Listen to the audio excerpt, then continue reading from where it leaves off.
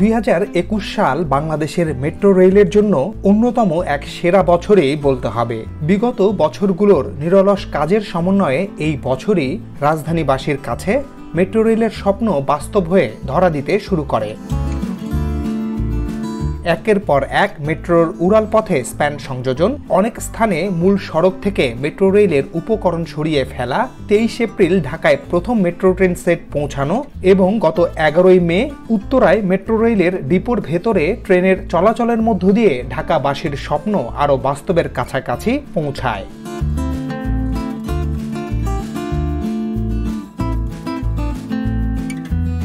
আর সবশেষ গত আগস্টে ভায়াডাক্ট ছুঁয়ে মেট্রো রেলের উড়াল যাত্রা ছিল সবার জন্য আরও স্বস্তি এবং আস্থার। উত্তরার দিয়াবাড়ি থেকে মতিঝিল পর্যন্ত প্রায় 21 কিলোমিটার উড়াল মেট্রো রেল পথের মধ্যে কয়েকটি মোড় ছাড়া পুরো পথে স্প্যান বসানো শেষ। সব মিলে মাত্র 1 কিলোমিটারের মতো জায়গায় স্প্যান বসানো হলেই এ মাথা থেকে ও মাথা পুরো উড়াল মেট্রো রেল পথ দাঁড়িয়ে যাবে।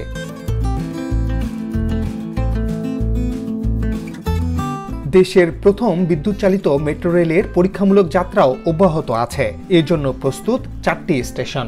এই 4টি স্টেশন ঘিরেই আপাতত চলছে মেট্রো রেলের পরীক্ষামূলক যাত্রা এবং সবাই জানেন যে 2022 সালের ডিসেম্বরে বাণিজ্যিকভাবে মেট্রো রেলের যাত্রা শুরু হবে। মেট্রো রেলের বাণিজ্যিক যাত্রা উদ্বোধনের সময় জাপানের প্রধানমন্ত্রী স্বয়ং ঢাকায় উপস্থিত থাকবেন এবং বাংলাদেশ ও জাপানের প্রধানমন্ত্রী স্বপ্নের মেট্রো রেলের উদ্বোধন করবেন।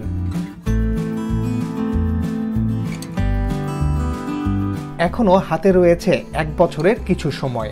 এই অবস্থায় মেট্রো রেলে যাত্রী পরিবহন নিরাপদ করা, জাতীয় স্থাপনা হিসেবে মেট্রো রেলের প্রতিটি স্টেশনের নিরাপত্তা দেয়া, প্রতিটি কোচের নিরাপত্তা দেয়া থেকে শুরু করে সার্বিকভাবে মেট্রো রেলের নিরাপত্তার বিষয়টি খুবই গুরুত্বপূর্ণ।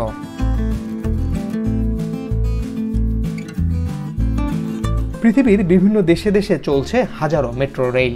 নিরবচ্ছিন্ন সুশৃঙ্খলভাবে সেসব মেট্রো রেল দিন-রাত যাত্রীদের পৌঁছে দিচ্ছে উৎস থেকে গন্তব্যে। এভাবেই যুগের পর যুগ যানজটের কবলহীন আরামদায়ক সার্ভিস দিয়ে যাচ্ছে মেট্রো রেল। এসব মেট্রো রেলের সার্বিক নিরাপত্তায় রয়েছে বিশেষায়িত পুলিশ ফোর্স, যারা প্রতিদিন হাজার হাজার যাত্রীর নিরাপত্তার পাশাপাশি ঠিক রাখেন নিয়ম ও শৃঙ্খলা।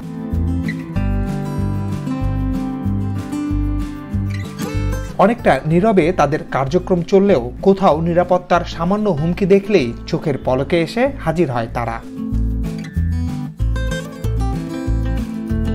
বাংলাদেশের পরিবহন ব্যবস্থায় মেট্রো রেল একেবারে নতুন সংযোজন। দেশের মাত্র অল্প কয়েকজন মানুষ যারা পৃথিবীর বিভিন্ন দেশে মেট্রো রেলে চড়েছেন, তারা ছাড়া সব মানুষের কাছেই মেট্রো রেল ব্যবস্থা একেবারে নতুন। শীততাপ নিয়ন্ত্রিত মেট্রো রেলের জানালা খোলা যাবে না। বাংলাদেশের অনেক মানুষ ট্রেনের ছাদে চড়ে অভ্যস্ত, কিন্তু মেট্রো রেলে ছাদে চড়ে ভ্রমণের কোনোই সুযোগ নেই।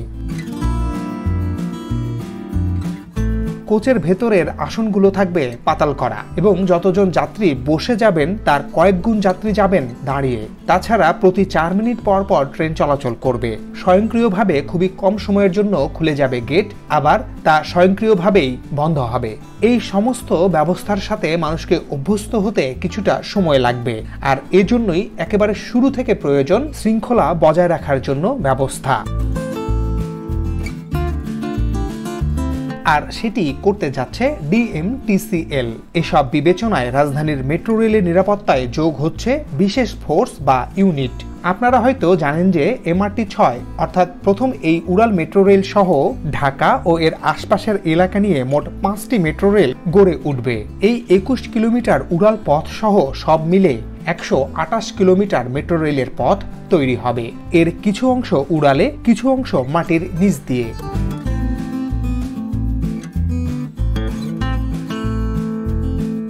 এসব মেট্রোর পথে 51টি স্টেশন থাকবে উড়াল অংশে আর 53টি স্টেশন থাকবে পাতালে, অর্থাৎ মোট স্টেশন থাকবে 104টি, যার মধ্যে MRT-6 এর 16টি উড়াল স্টেশনের অবকাঠামো দেখতেই পাচ্ছেন। এখন বিশাল এই যোগাযোগ ব্যবস্থার নিরাপত্তা দিতে বিশেষ পুলিশ বাহিনী গড়ে তোলার উদ্যোগ নেওয়া হচ্ছে। পুলিশের একজন ডিআইজির নেতৃত্বে এটি গঠনের কাজ চলছে।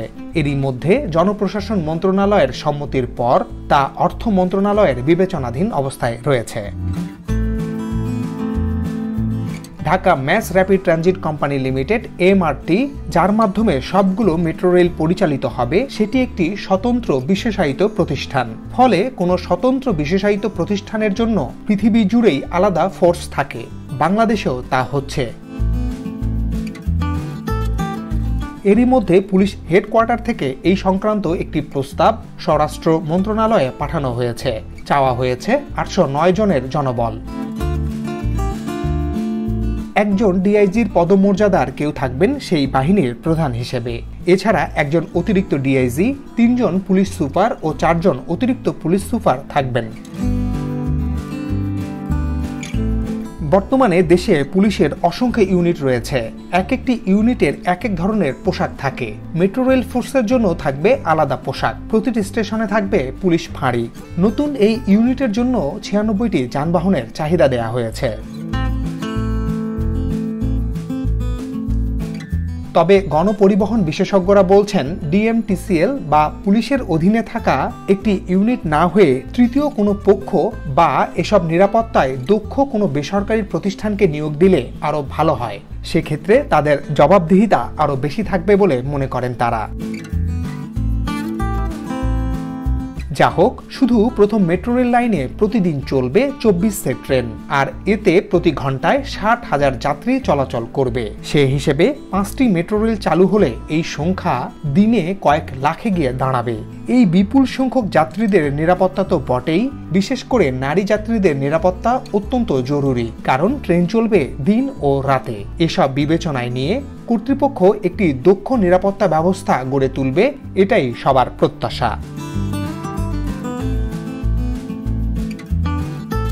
আমরা সবাই জানি যে মেট্রো রেলের ট্রেনগুলো প্রস্তুত করেছে জাপানি প্রতিষ্ঠান। এখন যে পরীক্ষামূলক ট্রেন চলছে, এগুলো পরিচালনা করছেন জাপানের কাওয়াসাকির কর্মকর্তারা।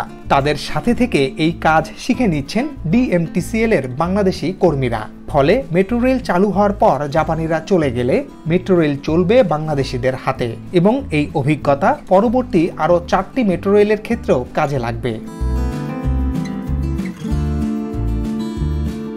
আজ এ পর্যন্তই। সবার সুস্থ সুন্দর দিন কামনা করি, আর আহ্বান জানাই আমাদের চ্যানেলটি সাবস্ক্রাইব করে সাথে থাকুন।